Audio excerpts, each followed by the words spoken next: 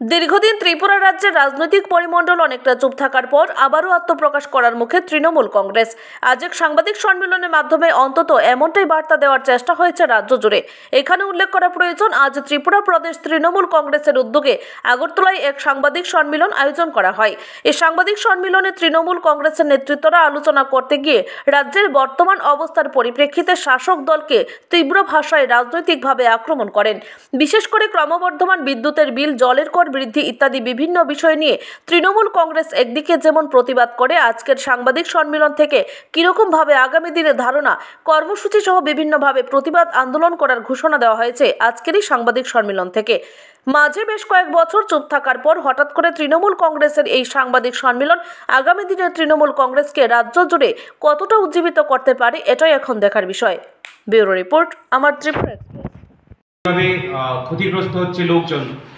গত বছরের যে বন্যা হয়েছিল, বন্যা কবলিত ওইগুলিরও এখনো অবধি ক্ষতিপূরণ হয়নি। তাছাড়া নর্মাল যেগুলো আপনাদের বেসিক ইনফ্রাস্ট্রাকচারগুলো পাওয়ার প্রয়োজন, ওগুলিও হয়নি।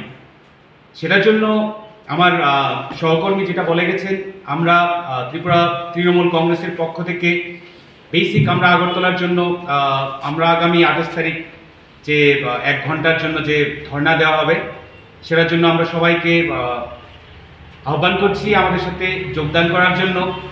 তার সাথে আমি আরও, যেহেতু ইলিগাল ইমিগ্রেশন সম্বন্ধে বলা হয়েছে, আমি বর্তমান সরকারের সহপাঠী যারা আছেন ওদেরকেও অনুরোধ করব যেন কোনো পার্টিকুলার কমিউনিটিকে টার্গেট করে বাংলাদেশ হিসাবে আখ্যায়িত করা না হয়। আমরাও গুরুতরভাবে ইলিগাল ইমিগ্রেন্টসের এগেনস্টে আছি, কিন্তু কোনোভাবে কোনো পার্টিকুলার কমিউনিটিকে যেন টার্গেট না করে তার উপরে প্রোপাগান্ডা চালানো না হয়, সেটার জন্য আমরা অনুরোধ করব এবং তার বিরুদ্ধে প্রতিবাদ জানাচ্ছি।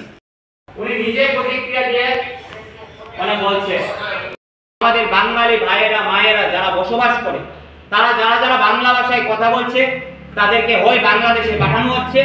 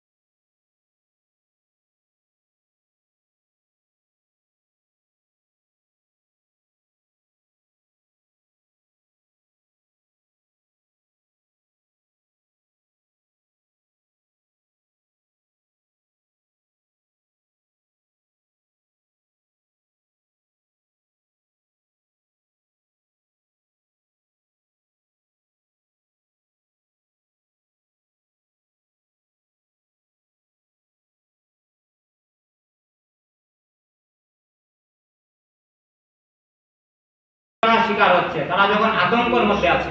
আমরা লক্ষ্য করছি আজকে পর্যন্ত মানিকবাবু কোনো ধরনের বাঙালিদের নিয়ে কোনো ধরনের